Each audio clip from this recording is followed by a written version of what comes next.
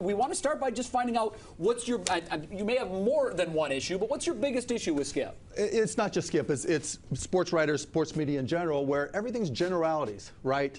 Excruciating pressure. What the hell is that, right? You know, it was excruciating pressure. That's what it was. Is that meaning what, Skip? Meaning that you personally watched up close and personal what LeBron went through last year against your Dallas Mavericks. Was it not the biggest collapse of a superstar that we've ever witnessed on a finals or championship stage? No. I mean, first of all, it's a team game. Right, you guys like to talk in complete generalities where no one can question you, right? You don't ever use facts. You don't ever use substance. You don't ever use facts. No. That's all I use on this show. What, excruciating pressure, undeniable this, you know, it's just all generalities. There's never been a star under more pressure going into a finals, a championship series or game than LeBron James was under after 9 years and 3 league MVPs. Well, first of all, you have the presumption that people care what you say.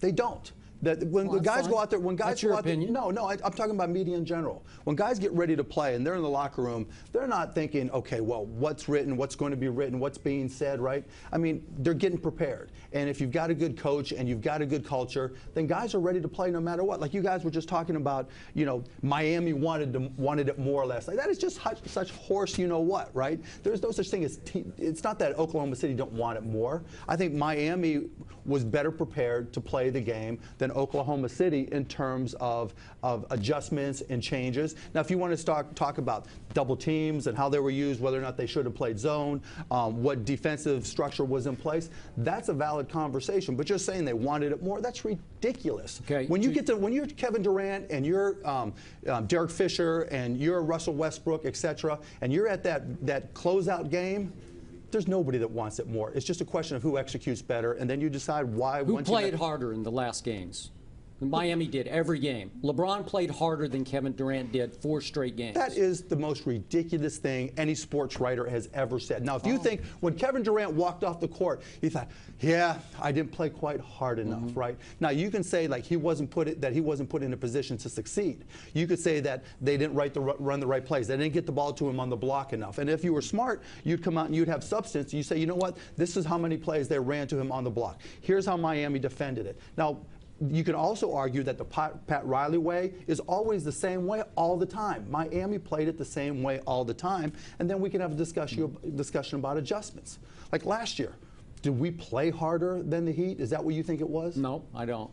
I think LeBron disappeared and shrank in crunch time of the fourth quarter, and I can just show you the numbers of what he didn't do in every fourth quarter. So we get no credit for not putting him in a position to succeed, right? We played the Heat. He put himself in. All he did was stand out on the perimeter. Now, how do you think we defended that? Why do you think he was standing out there?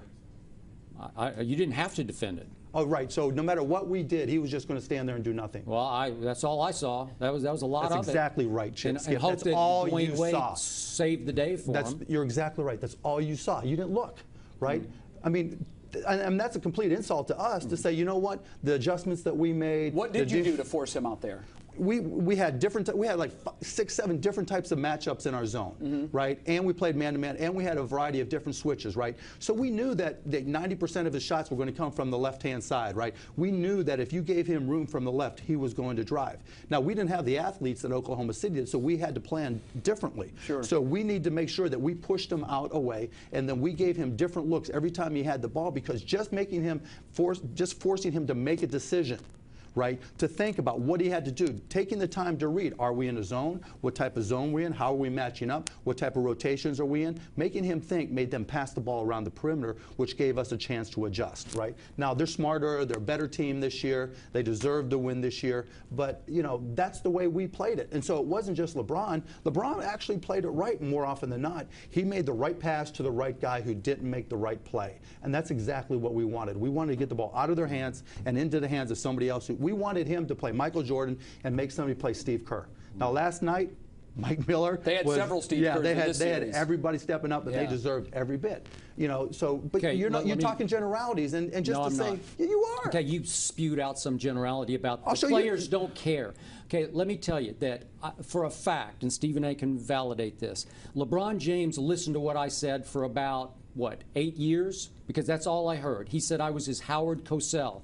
And this year, for the first time, to his credit, He tuned out all the noise. That's all we saw in the finals was he's reading the Hunger Games trilogy before the games. He's meditating on the bench before the games. He tuned us out. This is a Skip Bayless special. LeBron lost last year because he wasn't paying attention to Skip Bayless. LeBron won this year because he wasn't. That's what you just said. Okay. Did he not just say that? Okay. Here's what he didn't do. Here's what he didn't do against you guys. Okay. He let you off the hook because he didn't do what we saw him do for 4 straight games. He didn't drive through your zone and slash it up and dish. He didn't post up at all. This was a new deal. This was a new post-up game that we saw this year from LeBron. He shredded the Oklahoma City defense because he drove and he dished. Okay. He did not kind drive. Of defense? When he wanted was to be a pretty jump shooter against you guys, and it played right into your hands because he's a below-average jump shooter from the perimeter. Okay, Skip. So when he was on the post, what were the different defensive schemes that Oklahoma City ran last night?